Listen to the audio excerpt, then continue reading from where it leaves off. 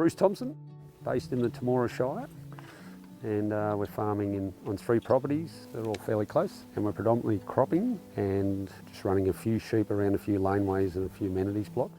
Croppers, I would class our business as. Basically, yeah, I'm just doing it with myself. Had a family restructure, and my brother's doing some farming in another area, and I'm doing the farming back in this area. At the moment we're cropping 3,300 hectares and just changed our tillage techniques, going over to less tillage or a disc seeding system rather than a tine system.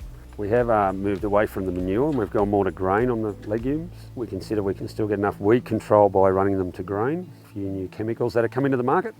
And it's been beneficial, lessening our risk with input costs, allowing us to continue to farm with a lower weed base in that system. Labour requirements in the last 4 years have got harder. In the past we had a family business where we were still all together with a brother and a father, so it was easy, and we just brought in short-term professionals, I guess. The capital change has been ongoing for the last 50 or 100 years, where we keep replacing labour with machinery. We're just getting bigger machines, so each labour unit does more. Planning would be continue to expand the business. The business is big enough for them to come back. There's a lot of assets, I guess, in the family if they wanted to farm. The big thing in agriculture has been the asset gain or capital gain in the land or the assets, which everybody's enjoyed. Whether they're retiring, some people expanding mightn't have liked it, but it's kept everybody right up in the game.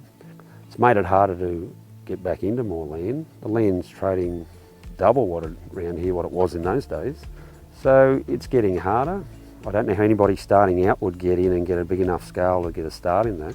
But agriculture worldwide's been good. But yeah, we also outsource a lot of advisors to try and keep it tidy. The future of it, something I studied farm scholarship back in '07. I was looking at driverless farm machinery, and I just see that being the future of agriculture. Instead of one person in the paddock with one machine, there'll be one person, but there'll be multiple machines working away, and it'll make it easier and more efficient. We're at a build-up phase in our business, so we've tended to retire debt in the last few years with it. It's the big thing in agriculture is timing. It seems to be the biggest impact. I know that we have the weather, and we're into a wet season this year, and we really enjoy the wet years. We've just got to work harder at it. We lose a lot of time. We've lost a week to wet weather. Everything backs up. But it seems to be timing is the most critical thing. You give it every chance, and I imagine that's across most of the sectors in agriculture, whether it's stock, cropping, whatever. It's the one that we really sort of work hard at.